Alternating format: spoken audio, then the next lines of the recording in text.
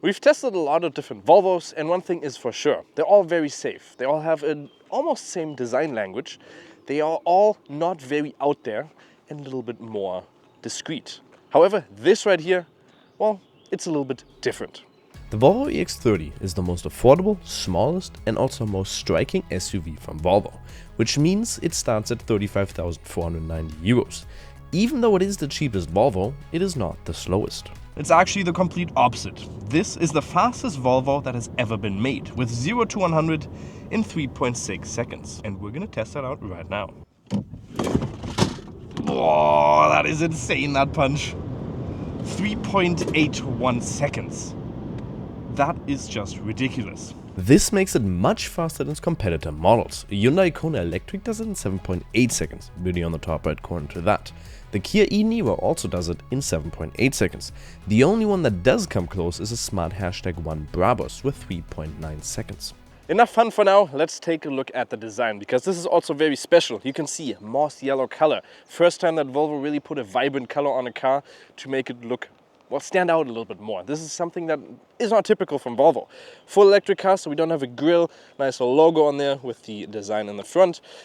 Thor's hammer lights on here, which are full LED lights, very nicely integrated in there. You can definitely see the Thor's hammer with the top on here. Daytime running light and also your normal LED lights as well as your high beams. They work fairly nicely, obviously not a matrix function. Down here you can also see we have some aerodynamic touches. This brings the air down to the brakes and also your wheels just to keep them cooler a little bit, and I think I just touched a dead fly. That thing is going to lower the CV value of the whole car, which is at a 0.28, which is not bad. We can also see down here we have a little bit of a lip, which is in this black color, which does look pretty cool, and in general a very nice design from the front. Design on the side also looks fairly nice in my opinion. We have 18 up to 20-inch wheels on the Performance, or the Twin Performance mode, which we have here. You can have 19 up to 20-inch wheels. We have the 19-inch wheels, if I'm not totally mistaken, on here. Yep, the 19-inch 245s on the front and also on the rear. We do have the design, which looks interesting. The only thing I'm not the biggest fan of is this little lip in here, which kind of irritates with the whole design in my opinion. If we look on the side here, on the side mirrors, we can also see these are very upholster-ish. You can see because they had like basically borderless, and they also have automatically dimmable side mirrors. Otherwise, design on the side looks fairly decent in my opinion. We have the same design on the bottom, which we have in the front. Also very nice to run over because it has like those little wheels. Obviously, same wheels in the back. Let's go to the back. That's also a charger car. We'll look at that a little bit later on. In here, very nice design in my opinion. Again, you can a little bit see of a Polestar kind of Volvo design. Lights go all the way up top. Polestar kind of looking design on the bottom. These look pretty cool in my opinion, and they're a little bit more modern. So this is definitely a modern upbeat from the normal Volvo design, because they also don't go fully through.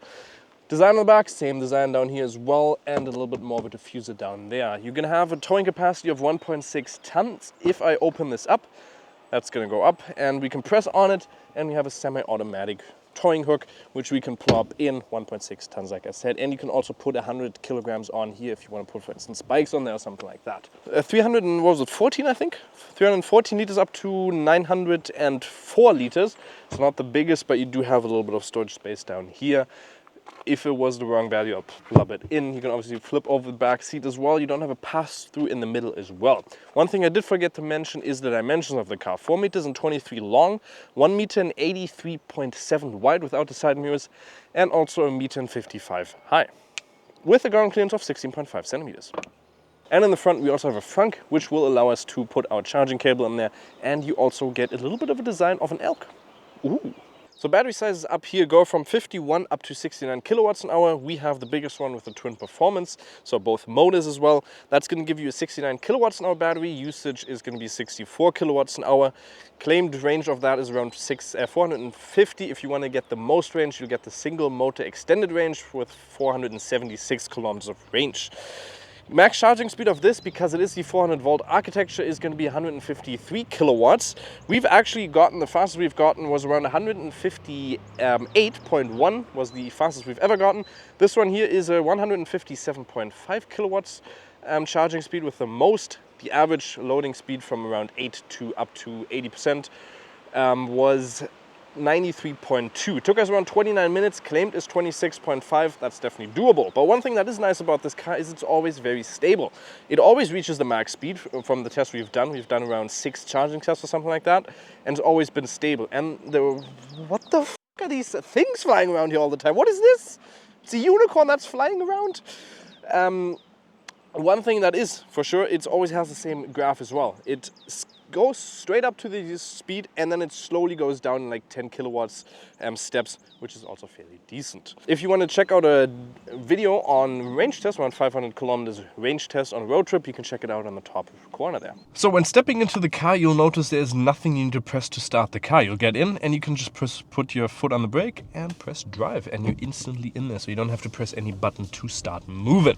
When we're driving this, first of all, let's talk about the surrounding view. Surrounding view in here is fairly great. You got nothing that really limits your vision apart from the the C pillar, which is a little bit bigger, but still great visibility in general, especially when you're driving in the city. You get parking sensors, rear, front, and the back. It also shows you the exact centimeters that somebody is near you, so plenty of space in there. And you also have a parking assist, so theoretically you could also automatically park this car.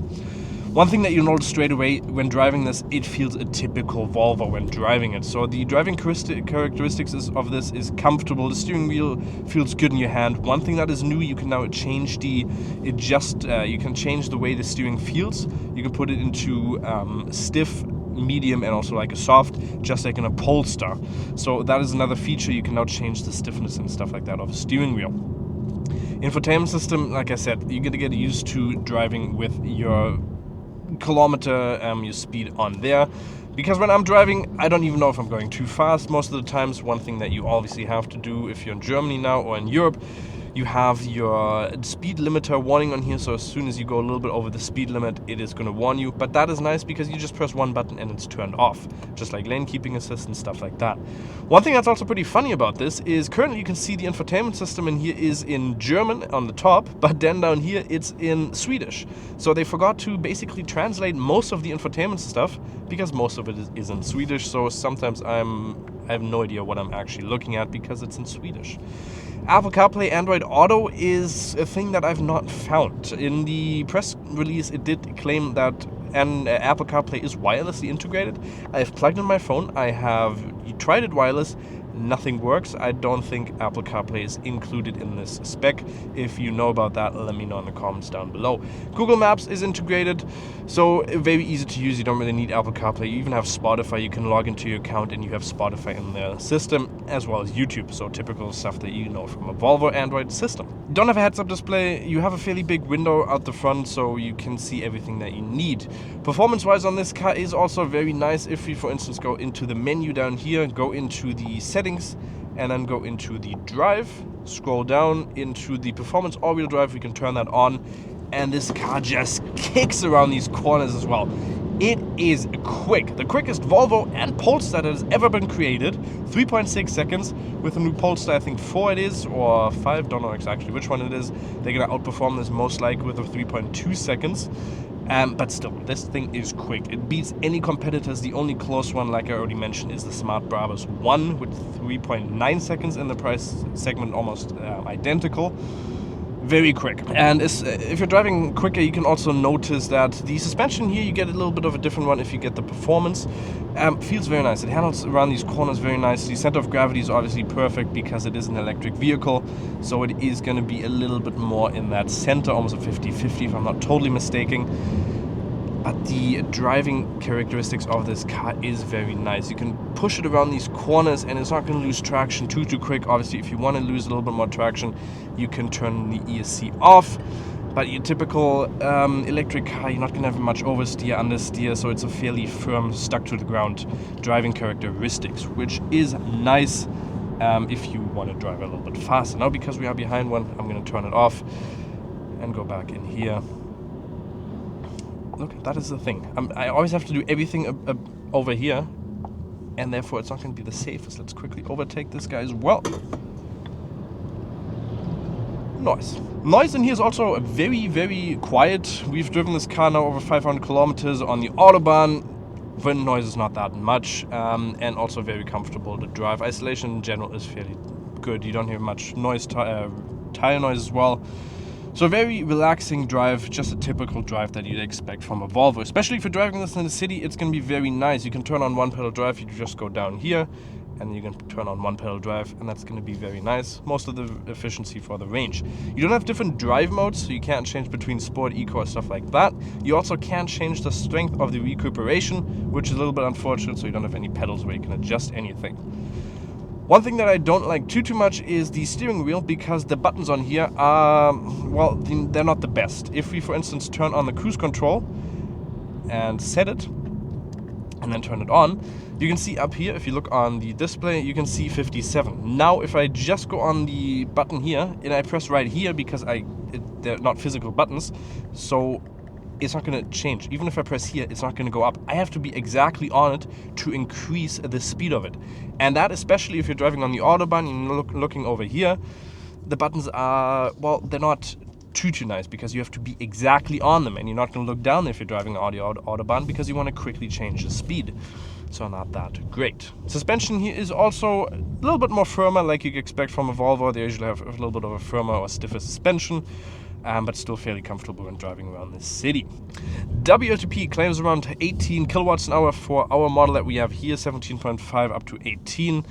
Let's quickly look at the driving status. If we go on here, we can see over the last time it was set to Sitze Nullstellung.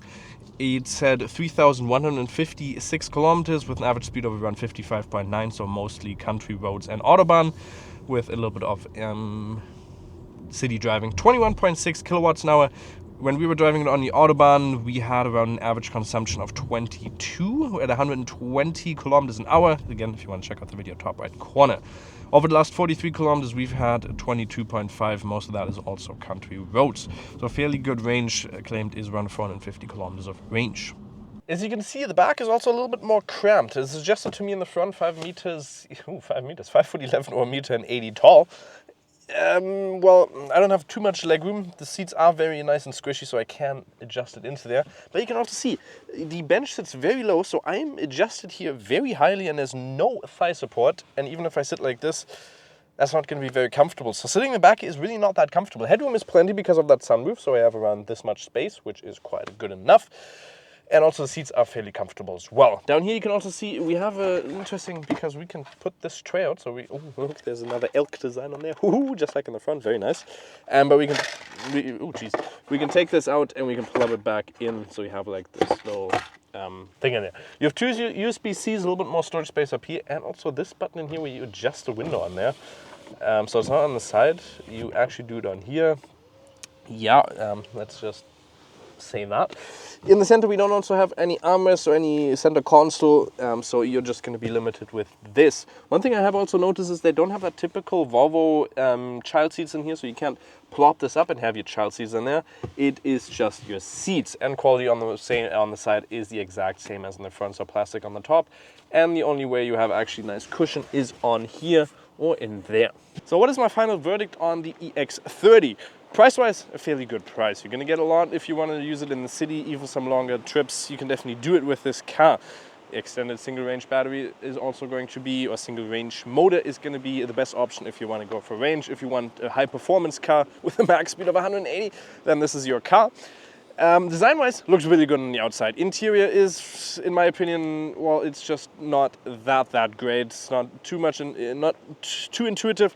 Comfort-wise, if you're driving this car, very nice comfort, typical Volvo kind of handling, and also the seats in there are also very comfortable. Charging speed is also fairly good. 26.5 minutes for the car is okay. Obviously 800 volt architecture, you cannot expect that from the car, and 153 kilowatts is a good charging speed in my opinion. Otherwise, a very practical car, but I'll be honest, in the interior, that is the critique point that I have. It's just not for me, and if you're driving a Tesla, then you're probably going to be fairly well adjusted to it. But in my opinion, the interior is just not my type. So hopefully you guys did enjoy the video. Make sure to like, subscribe. We'll see you next time. Bye-bye.